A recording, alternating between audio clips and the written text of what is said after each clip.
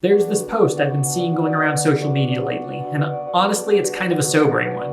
It speaks to the racial reckoning that happened in the US and around the world in the summer of 2020. You remember after the murder of George Floyd. After all those promises to listen and learn and to do better. After people joined anti-racist book clubs. It seems like since that point, nothing has happened. We are going to talk about this. Now is the time for us to hold them accountable to that. Now is the time for us to be asking, where are those changes? Black Lives Matter! Black Lives Matter! Black Lives Matter! Black Lives Matter! Black Lives Matter!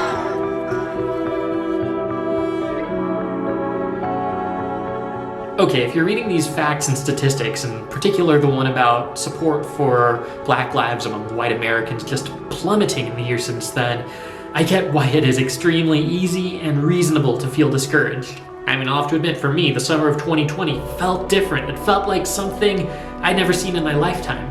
After I saw the initial anger about the murder of George Floyd, I thought, okay, yes, I'm angry too.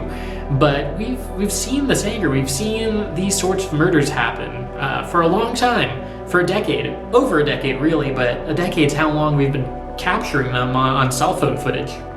And I tend to be kind of skeptical when thinking of moments as historically exceptional, but then I saw the protests happen in Madrid and Brussels, and I thought, okay, that's different. Then I saw them take place in these rural towns with 4-digit populations, and I thought, okay, that's different. I saw one gathering at the parking lot of this white suburban grocery store where I had my first formal job, and I thought, man, okay, this moment really is different. So when you see that mounting energy build, and then see the opponents of change steer that progress into running in circles. Let me be clear, there's no room in our classrooms for things like critical race theory. Teaching kids to hate their country and to hate each other is not worth 1 red cent of taxpayer money. Yeah, that is frustrating. Now, I think that discouragement is a human experience, and it totally makes sense to feel that way. At the same time, I don't want people to be too discouraged, because discouragement can lead to inaction. And at this moment, inaction is the thing we need least. This would be a terrible time to take our foot off the gas. And so I'm going to share why I'm still hopeful. And I'm going to try and do this in a way that's not riddled with toxic positivity. I think there are some hard truths in here that we need to learn about how persistent the status quo is and how difficult it is to create real lasting change. But there are 4 valuable lessons I've really learned in the past year that have helped me understand where we are and how the process of social change happens. Okay, so here's item number 1. Progress is always met by pushback. The status quo is extremely persistent. See, a lot of people with influence and power have influence and power because the status quo has benefited them. And when you look at history, this pattern becomes undeniable, especially when it comes to racial injustice. We're experiencing something similar to what abolitionists experienced 200 or so years ago. We're experiencing what those who were trying to reconstruct the post-Civil War South were experiencing, what civil rights activists experienced 60 and 70 years ago. Not only is this a persistent pattern, but you'll notice that every time there's a big win and some racist system gets abolished, it mutates itself, so those who have historically benefited can still come out on top. When slavery was abolished, former enslavers leaned heavily into the loophole in the 13th Amendment that allowed chain gangs to proliferate so they could still get economic benefits from the labor of Black Americans. When Black families were starting to build capital and wealth, we saw redlining policies put into place by the New Deal. We saw the emergence of Jim Crow laws in the South and in other places. And for especially successful efforts like Black Wall Street came especially violent pieces of pushback, like the Tulsa Massacre. When the civil rights movement came along, it put an end to segregation and the Jim Crow laws, but it ushered in the era of mass incarceration and the war on drugs. This was also the time where a lot of these Confederate monuments that are currently the source of a lot of debate went up, not after the Civil War that they supposedly commemorate, but after the Civil Rights Movement, as a pushback to it. In my lifetime, I think about how the historic victory of a black president in 2008 was met 8 years later with an overt pandering to white nationalism. And in very recent events, a surge of awareness and interest in racism and how to overcome it has been met with the censorship of education on that very topic. A historic black turnout in an election resulted in very precisely designed laws meant to restrict access to those same voters. This gets very discouraging. It feels like it's 10 steps forward, 9 steps back. Sometimes it feels like it's 11 steps back, and sometimes that is the case. But I think when you use history as an indicator, it's a reminder that things are dynamic, and it's a sign that the status quo has been challenged. In one of his recent newsletters, Andre Henry shared that the current hysteria in the United States about the growing influence of anti-racist ideas is a good sign in the struggle for racial progress. It suggests that last year's uprisings for Black lives successfully knocked white supremacy's sensibilities off balance. While these institutions are off balance, we shouldn't let them regain footing. Number 2, there is a very big difference between symbolic change and systemic change, and we should know this difference so we don't lose sight of what we're actually trying to do. See, in the summer of 2020, there were so many big, bold, and fast-moving changes that made it feel like something new and something big was on the immediate horizon. They renamed that spot right in front of the White House Black Lives Matter Plaza. We started getting Juneteenth off. The Washington football team changed their name, and I seriously thought I would never see that with how adamant their ownership was before. The thing is, as big and as positive and necessary as some of those changes were, they're still just symbolic change. And symbolic change is always easier than systemic change. Renaming the racist mascot is easier than laying the groundwork for reparations. Painting Black Lives Matter on the city's most prominent intersection is much easier than visiting the system that profits off of the prison complex on the outskirts of town. I know some folks who are so exhausted by only being given symbolic wins and not systemic changes that even the symbolic wins no longer feel good. I saw tweets about how getting Juneteenth off was never supposed to feel as sleazy as it felt to some. And there's legitimacy to feeling like this. Often symbolic change can be used to manipulate to appease a crowd, which takes the pressure off of leaders from making actual systemic changes. So my more optimistic side thinks that symbolic change can still be of a lot of good. I'm glad that football team changed their name. I think it can be both a mover and a marker of cultural change, which lays the groundwork and creates the conditions for systemic change. But this isn't automatic, and while symbolic changes are necessary, we need to take down those statues and rename those mascots. Those aren't the foundational changes needed in order to end inequality and to protect Black and brown lives.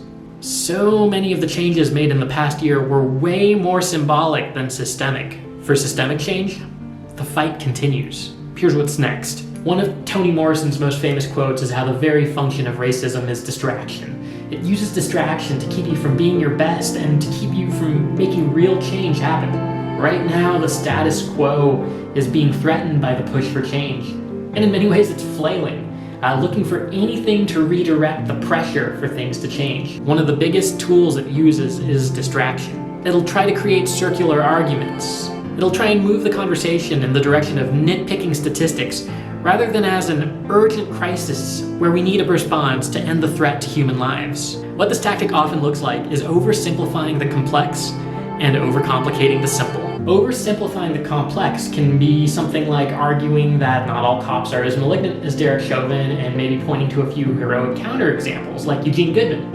And sure, maybe that's possible at an individual level, but this oversimplifies the conversation needed around why we have profit-driven police and prison systems, why there aren't nearly enough accountability measures in place for when things do go wrong, or how these systems are direct descendants of slave patrols. Another way people oversimplify the complex is by pointing to successful examples like an Obama or an Oprah as an argument that, hey, now we have no more barriers to black success because look at LeBron, all while ignoring the broader statistical disparities that come from practices like redlining, the lack of inherited wealth, or the denial of reparations. Another way to oversimplify the complex is to deflect a challenging conversation with a pithy catchphrase like, let's not make it about race, I don't see color.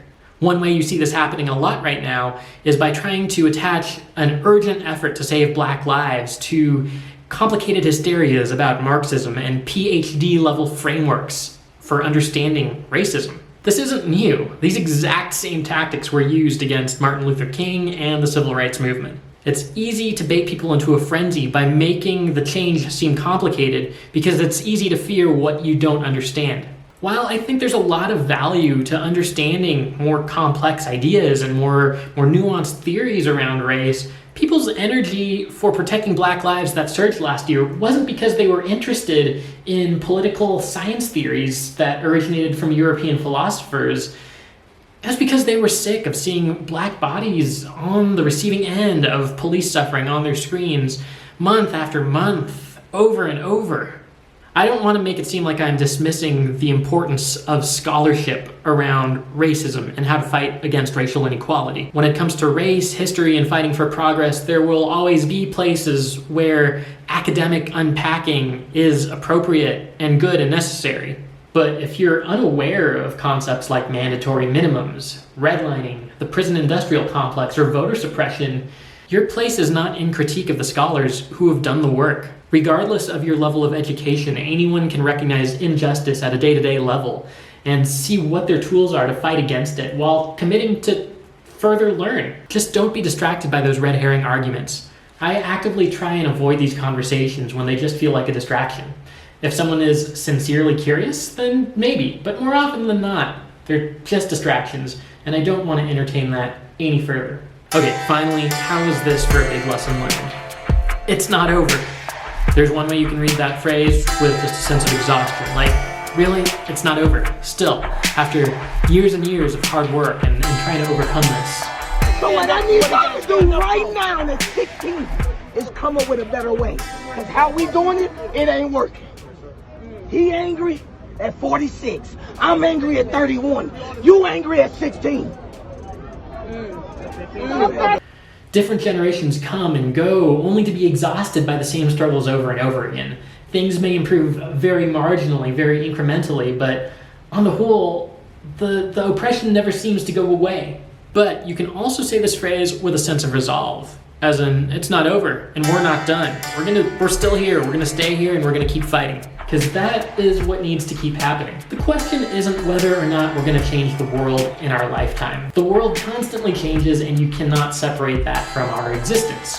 The bigger question is how will it change, and how will we contribute to that? This summer, the demonstrations look a lot smaller. The brands, the influencers, the companies, they're back to their regular programming. The movement might appear smaller, but one thing I've learned from Adrienne Marie Brown is that critical connections are always more important than critical mass. It's why I make stuff like this. It's why we have to keep having these conversations in our immediate circles. I think change is very much possible. If you've never heard of the 3.5% rule, well, it merits its own video. But the idea comes from Erica Chernoweth, a scholar, and it basically states that a nonviolent movement that gains the buy-in of about 3.5% of a population inevitably succeeds. This idea, this concept, is based on research that looks at all kinds of historical examples, and it found that that was the threshold for making social change inevitable. That was the case during civil rights. That was the case during anti-apartheid South Africa. It was the case in the overthrow of dictators from Chile to Serbia. Now keep in mind, 3.5% of the US population still isn't easy. That's over 12 million people. But it sounds so much more possible. And I think a lot of change happens during those moments where it actually feels like nothing is happening. Discouragement, exhaustion, setbacks, these are parts of the human experience. These are very reasonable parts of what we're all collectively experiencing right now. But don't give up the fight. Don't let the opposition get you to the point of apathy. I hope this was helpful. I'm going to put my closure screen up in just a sec, but I need to recognize a few of the people who I learned these ideas from, folks with a lot more lived experience than I have. So buy their books, follow them on social media if you can. Adrienne Marie Brown introduced me to the concept of emergent strategy. Look that up if you can, it's well worth it. Erica Chernoweth developed the 3.5% rule. You can start just by Googling that. I quoted from Toni Morrison earlier. Read her books. I also quoted Ibram X. Kendi from Vox Conversations podcast. I shared a tweet by Propaganda. Follow him at Prop Hip Hop. You should also follow Terrence Lester at I'm Terrence Lester and his organization Love Beyond Walls. And then there's Andre Henry. He's on social media. Sign up for his newsletter. It's called Hope Club. It is really good. Okay, and here's my usual closer screen. Like, subscribe, share with a friend, and please, stay in the game. Don't give it up. This is way too important, and things are changing every day. Keep it up.